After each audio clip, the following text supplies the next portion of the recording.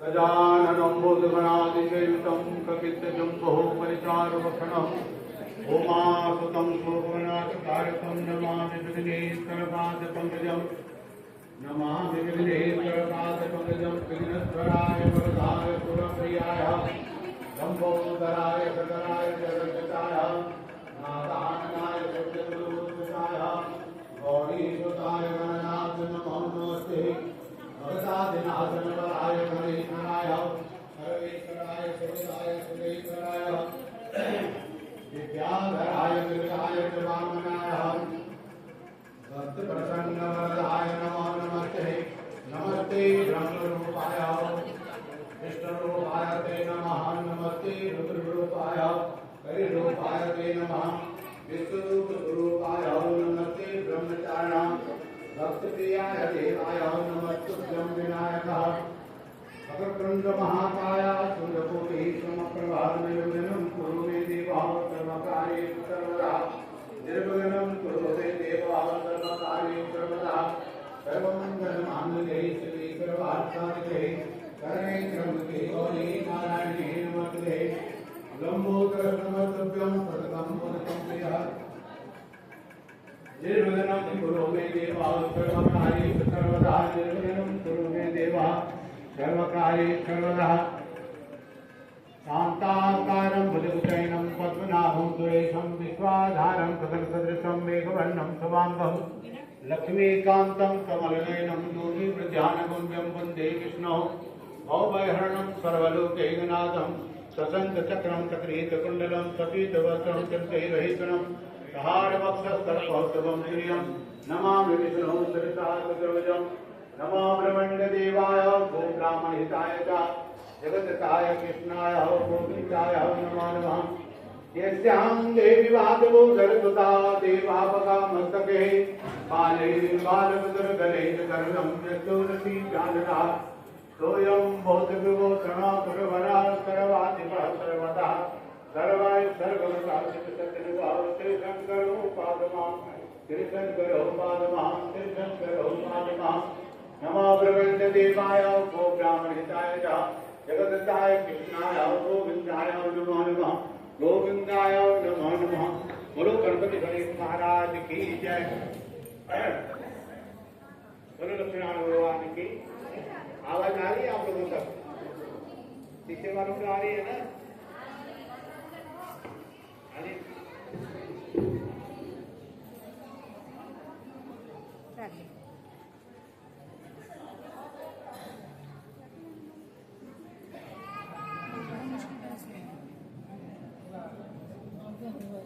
बोलो लक्ष्मीनारायण भगवान की। अब इधर कथा में ध्यान दो, आप बातचीत नहीं करेंगे, बातचीत नहीं करनी है। कथा में अगर बातचीत करेंगे तो उसको दो लग जाएंगे, आप उसका कथा सुने, बात नहीं करेंगे, ध्यान से कथा सुने।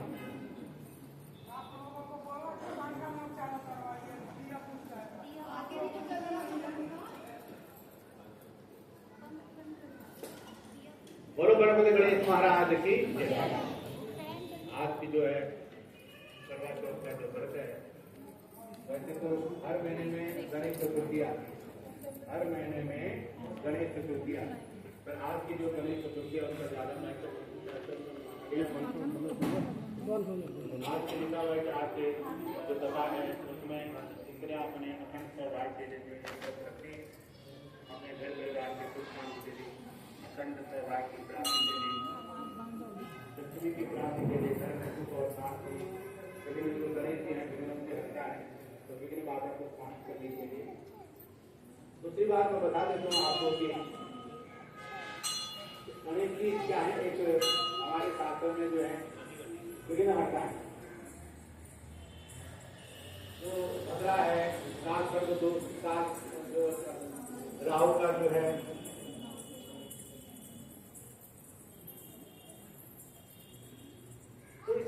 गणेश जी सबसे ऊपर, गणेश जी सबसे ऊपर होते हैं, ठीक है। इसमें कोई ये आपको हमें ये बैन नहीं करना चाहिए कि राव का चल रहा है या भद्रा चल रही है, ऐसा कोई बात नहीं है। गणेश सबसे प्रधान देवता है और विघ्न हरता है, इसलिए अगर हम श्रद्धा के साथ गणेश जी कोई भी बनना, जब यहाँ पे कोई शुभ कार्य करते हैं सबसे पहले भगवान की पूजा करें, ताकि पूजा पाठ का अगर कोई दोष रह जाए तो पूजा पाठ करने से कोई दोष समाप्त हो जाए।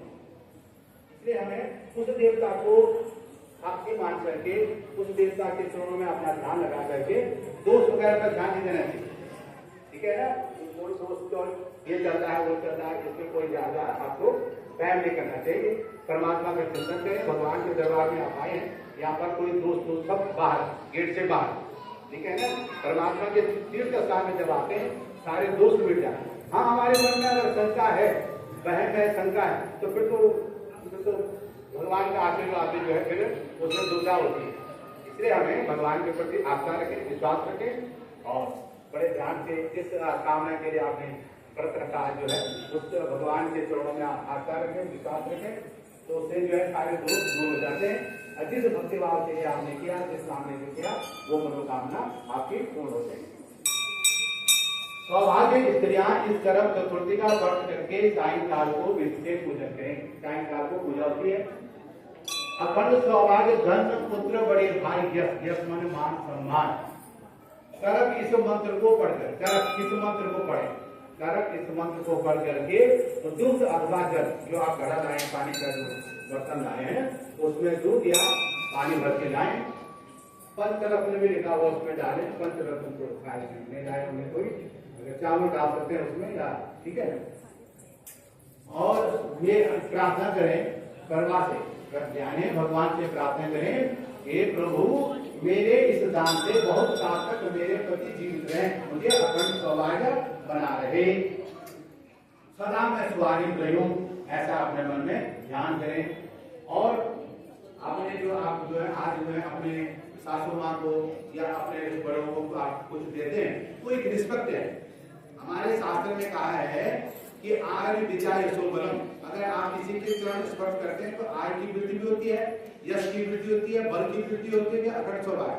अब सपोज यहाँ पर सभी बैठे हुए, आप सभी लोग बैठे हुए, सरस्वती जो है मोह में वास करती है, 24 घंटे के अंदर सरस्वती जो है हर किसी के मुंह में वास करती है।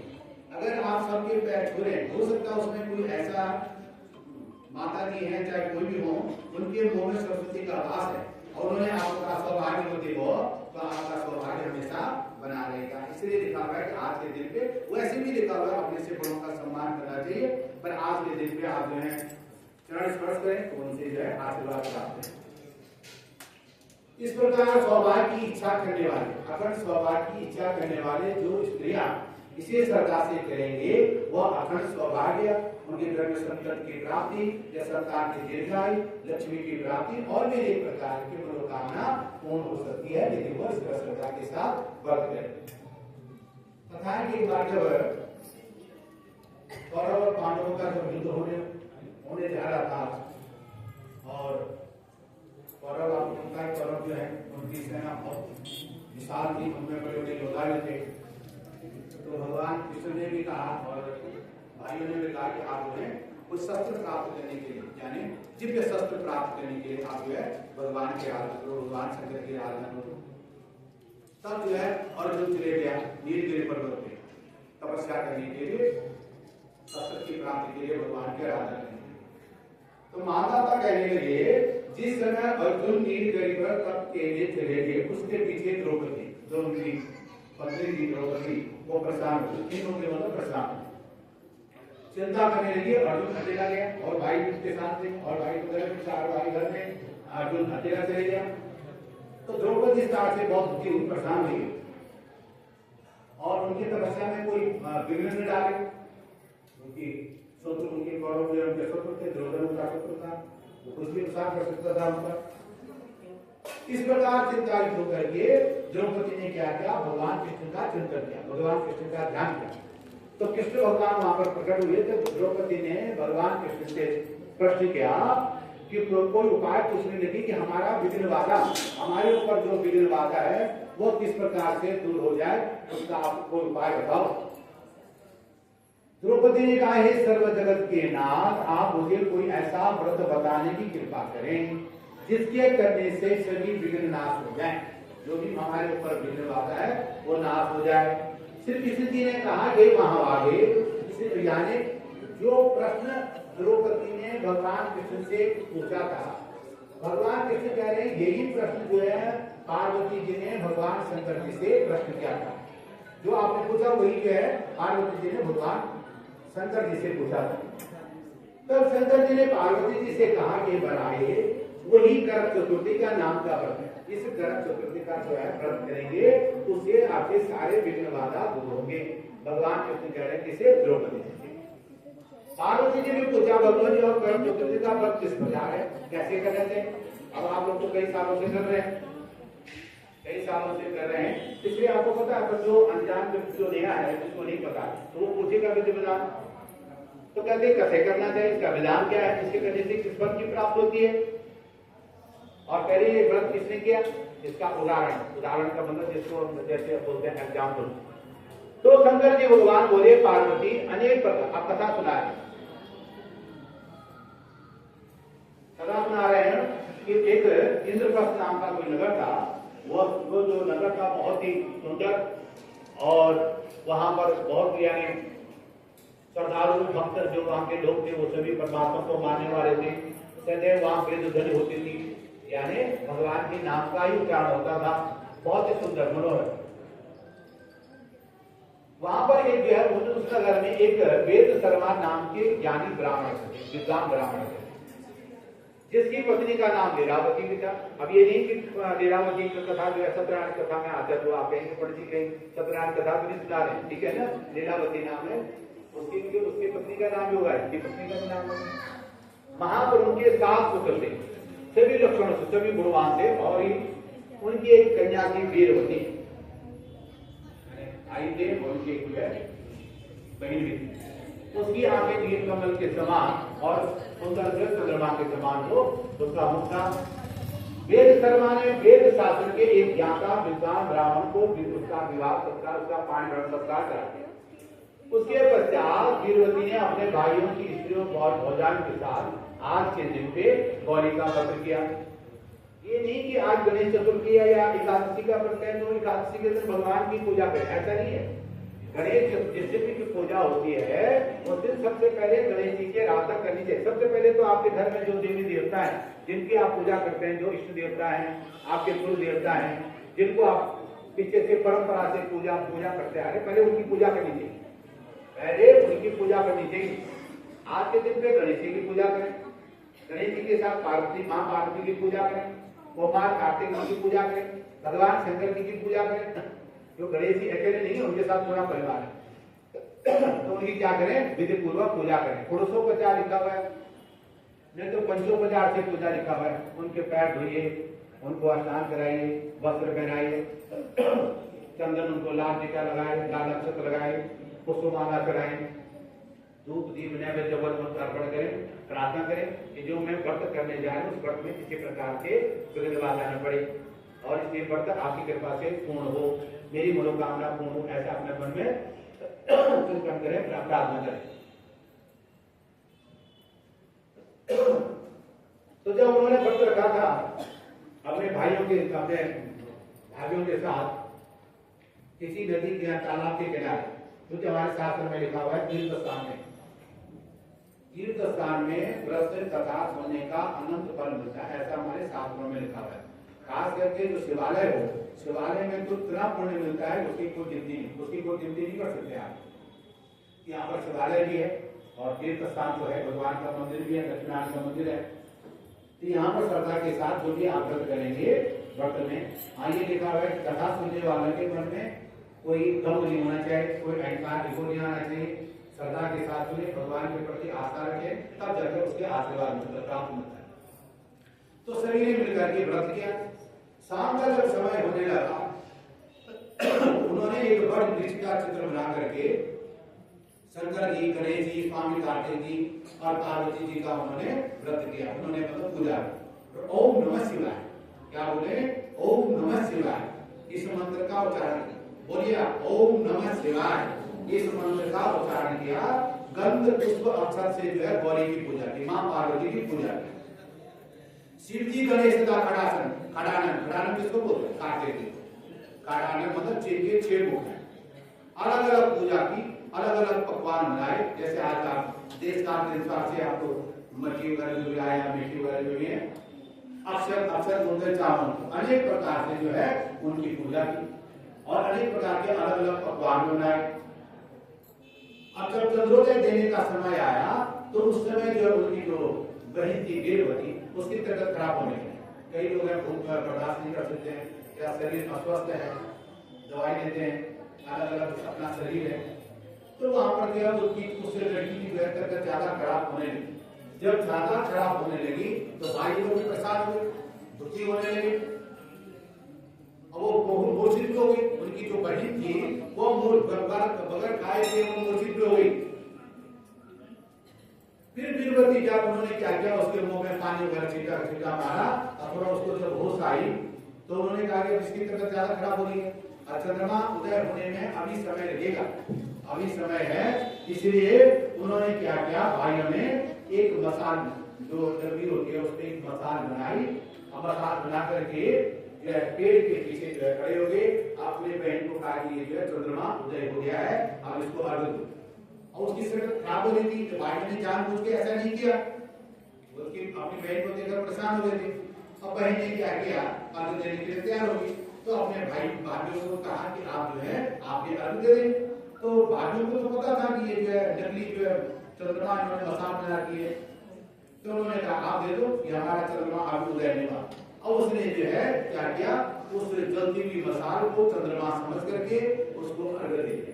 कभी कभी कभी जाने अनजाने में अच्छा काम भी होता है और बुरा काम भी होता है, जिसको हमें सुख और दुख को भोगना पड़ता है। अनजाने में भी गलती हो जाती है, अनजाने में अच्छा काम हो जाता है। जैसे आप बोले होंगे कि अनजाने में एकादशी का व्रत है, उस दिन वो भूखा प्यासा था, पीपल के वृक्ष के नीचे बैठा रहा, उस दिन कुछ खाया नहीं, अनजाने में एकादशी का व्रत हो गया, उसके सारे पाप दूर हो गए और उसको विमान आ गया, विमान में बैठ के व्रत करेगा। कभी का कथा में सुनते। अब उसने क्या किया, जब आदत दे दिया तो खाने लग गई।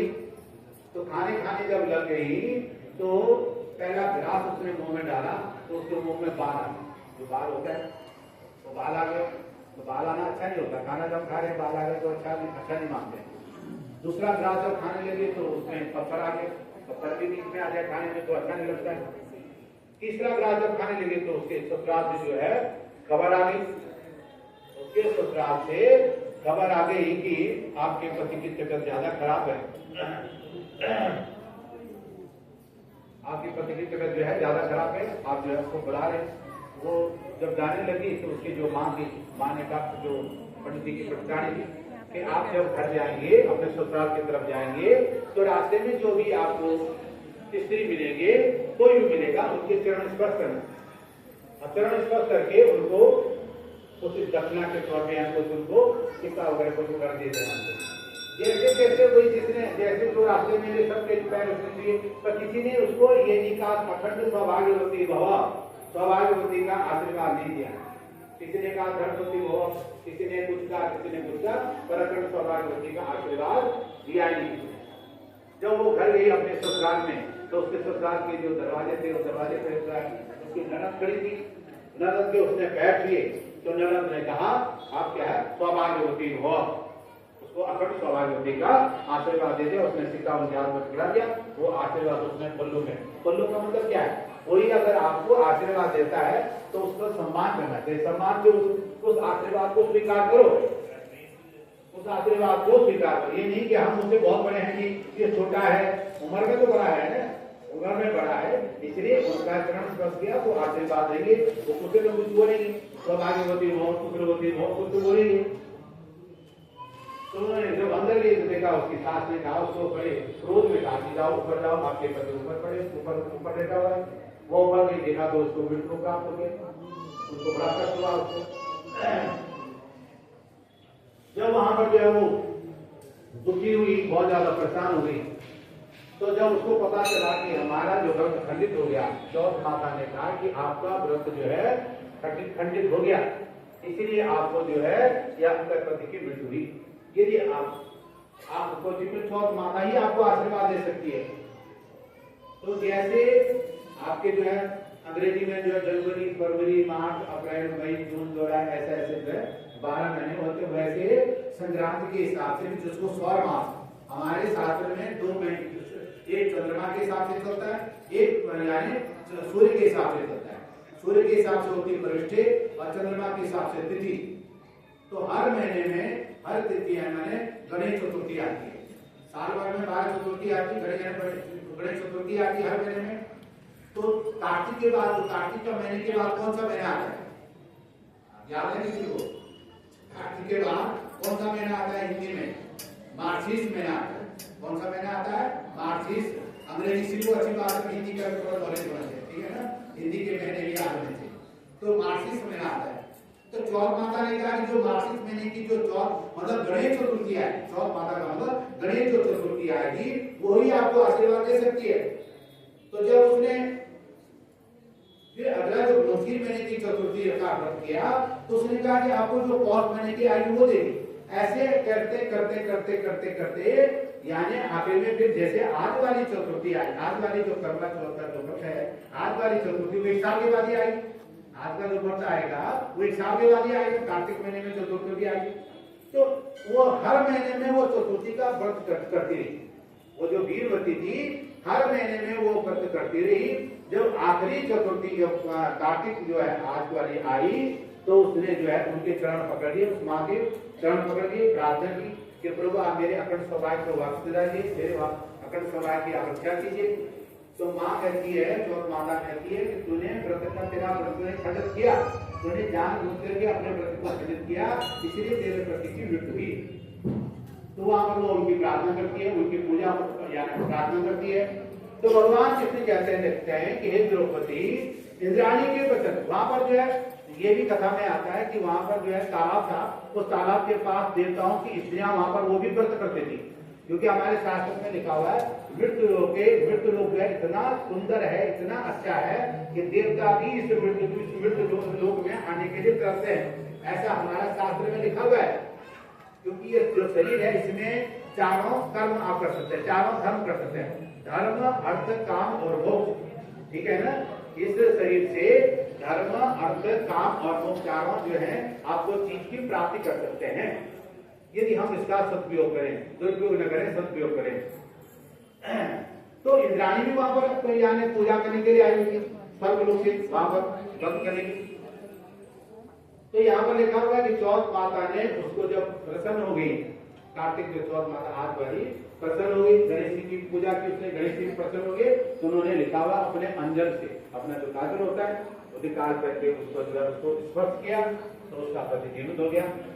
ये लिखा हुआ है कि इंद्राणी ने भी उसके पति को आशीर्वाद दिया। तो इंद्राणी, देवताओं के पास क्या होता है, देवताओं के पास अमृत होता है, तो अमृत से क्या किया उसने, अपने पति के मुंह में जो है अमृत डाला, तो उसका पति जीवित हो गया।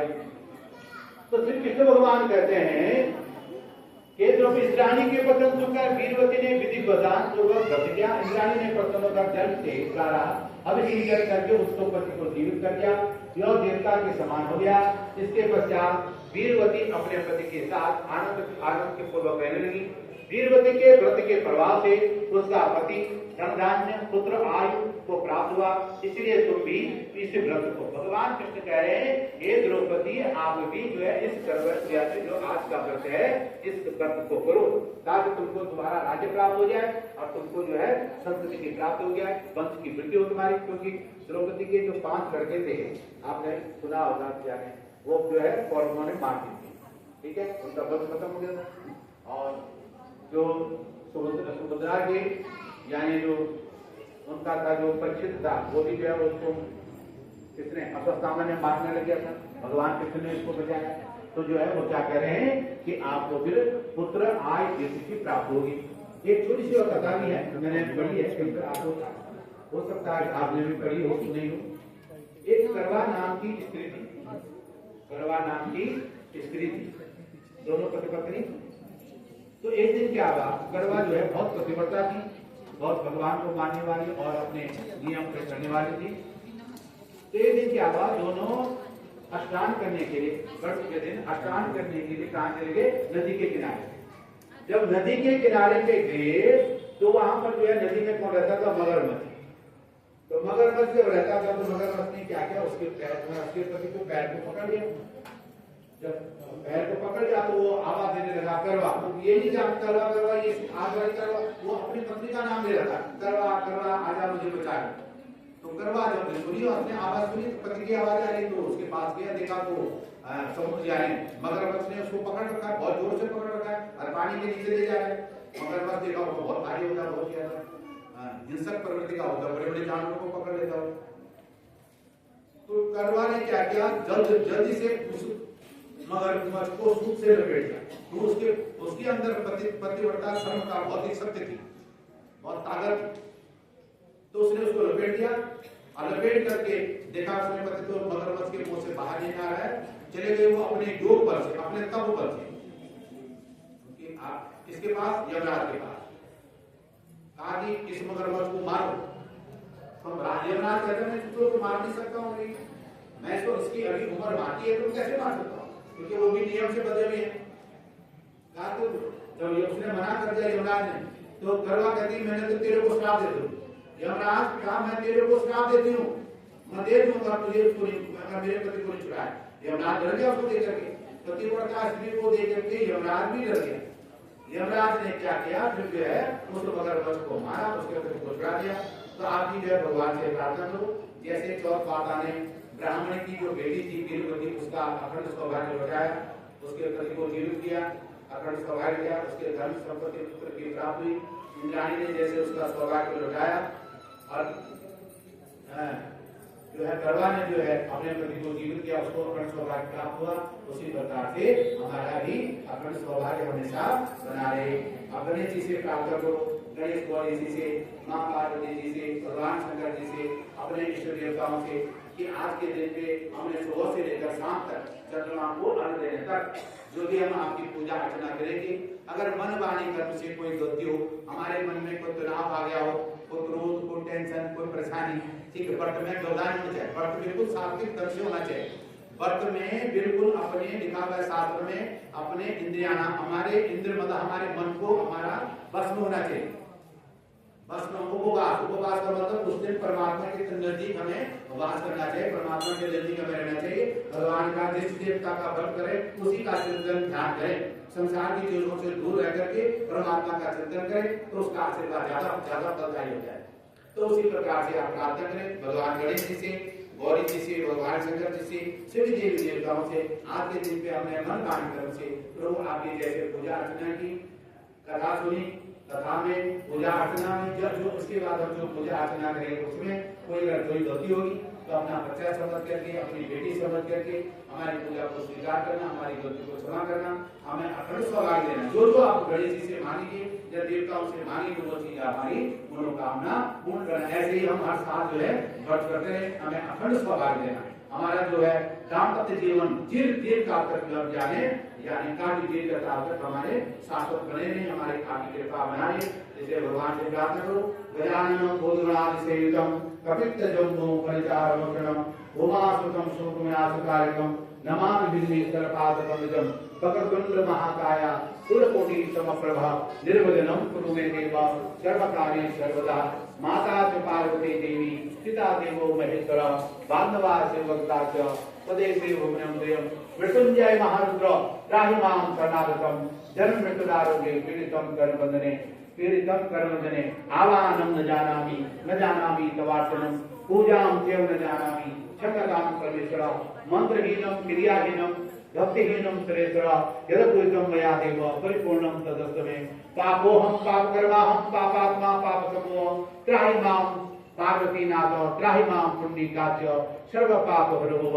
यानि कानि च पापानि जन्मान्तरकृतानि च तानि तानि प्रणश्यन्ति प्रदक्षिणाय पदे पदे।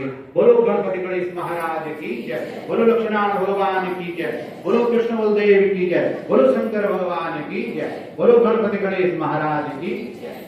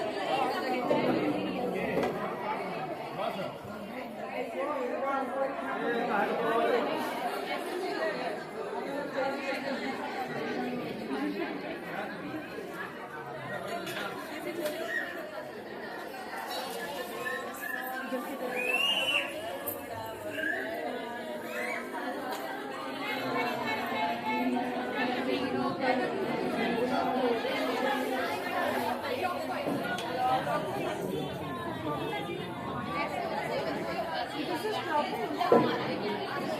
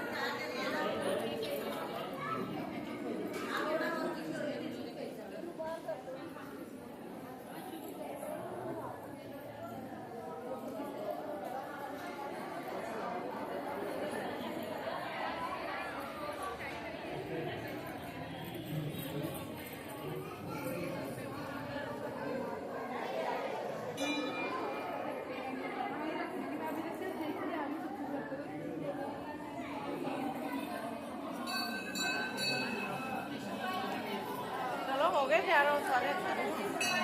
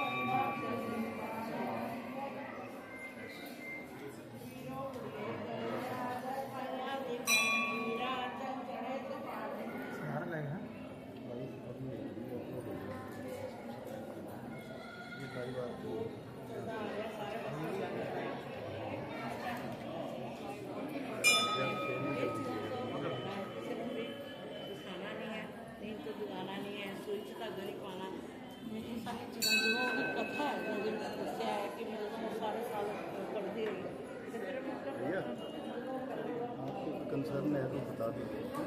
कंसर्न आपके यहाँ तो बता दीजिए। दवाई है सारा सारा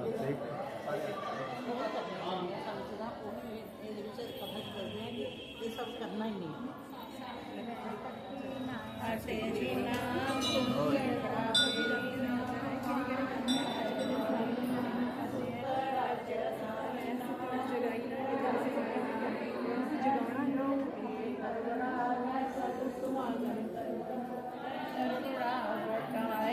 जे बंदा चोली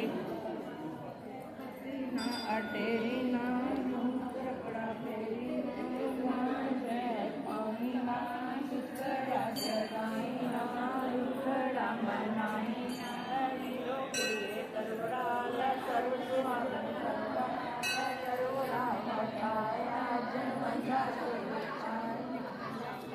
ना अटेरी ना कपड़ा फेरी ना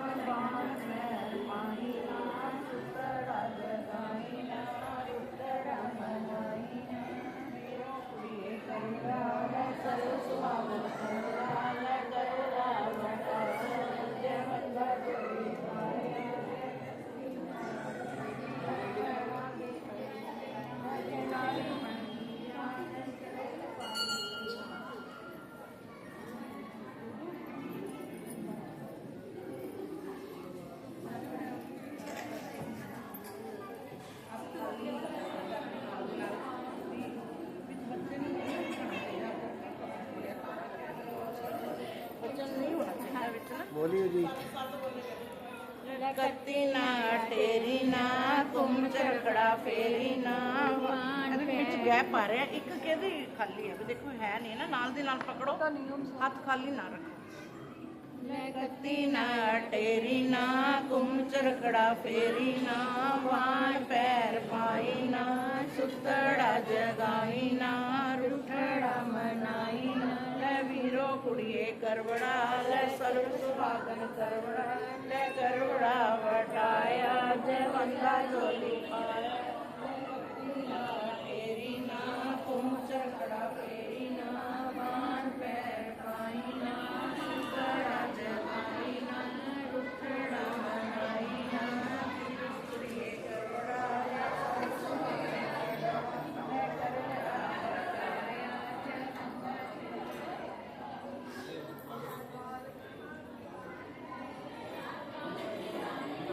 आया दी बंदीरा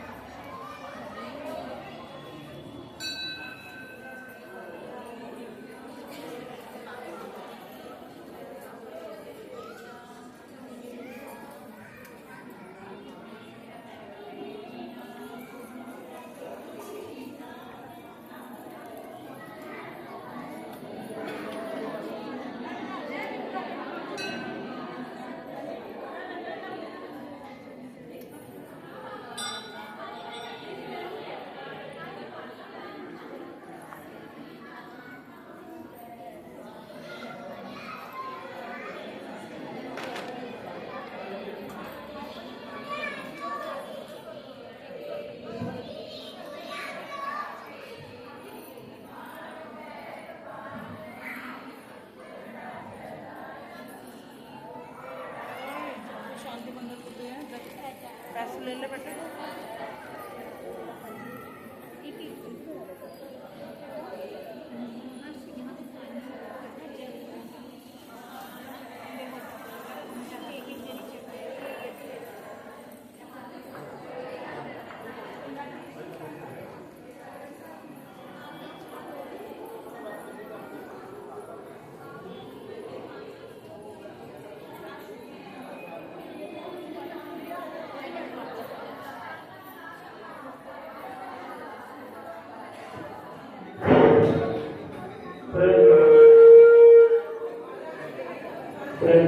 गणपति भगवान की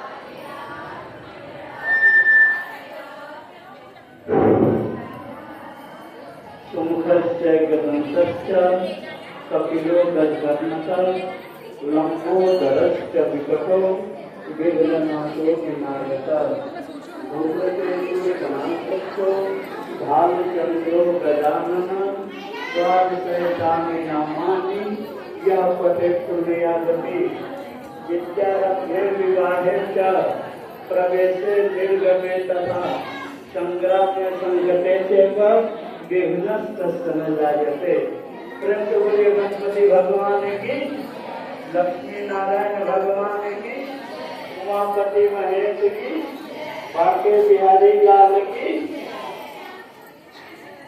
कार्तिक मास की कृष्ण पक्ष की चतुर्थी अर्थात करवा चौथ के दिन लकड़ी के पात पर गणेश आदि को बनाकर उसकी पूजा करनी चाहिए। एक जल भर के लोटा रखनी चाहिए और एक मिट्टी का कलश रखना चाहिए। उसके ऊपर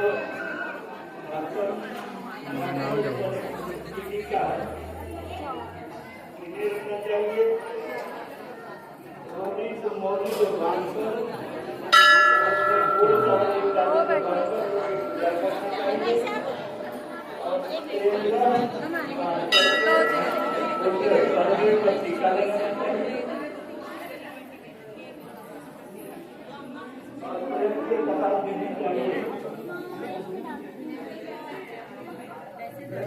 गणपति भगवान की सर्वात माता की साहूकार था, जिसके 7 बेटे और एक बेटी थी। सातों भाई और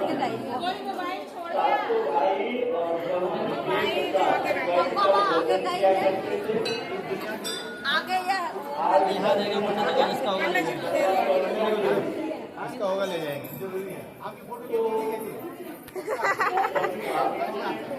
पापा खड़े हो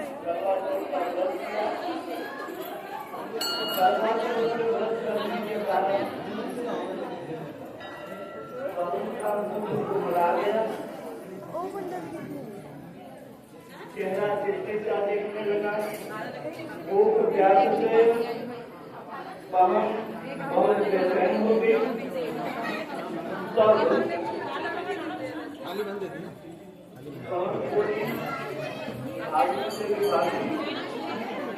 जरूर अब व्रत को समाप्त कर दिया जाए। भावना बोली के देखो शाम को बोलने पर हम लोग प्रसन्न का दर्शन करके फिर इस व्रत को समाप्त करते हैं।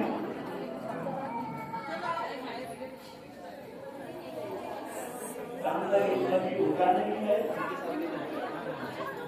सभी भाइयों ने एक प्लानिंग की कि बहन को इतनी देर तक भूखी कैसे रखी जाए।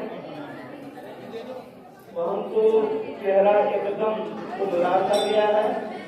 तब भाई ने सोचा कि शाम को ये सब बहन भूखी रहेगी, तो एक भाई ने दिया जलाकर दूसरे भाई ने हल्दी लेकर उसे ढका और नकली चांद दिखाकर बहन से कहने लगे कि चांद उगाया है। और ये देखो, बहन अपनी भाभी को समझ लगी कि चलो भाभी अब तो अर्घ दे दिया।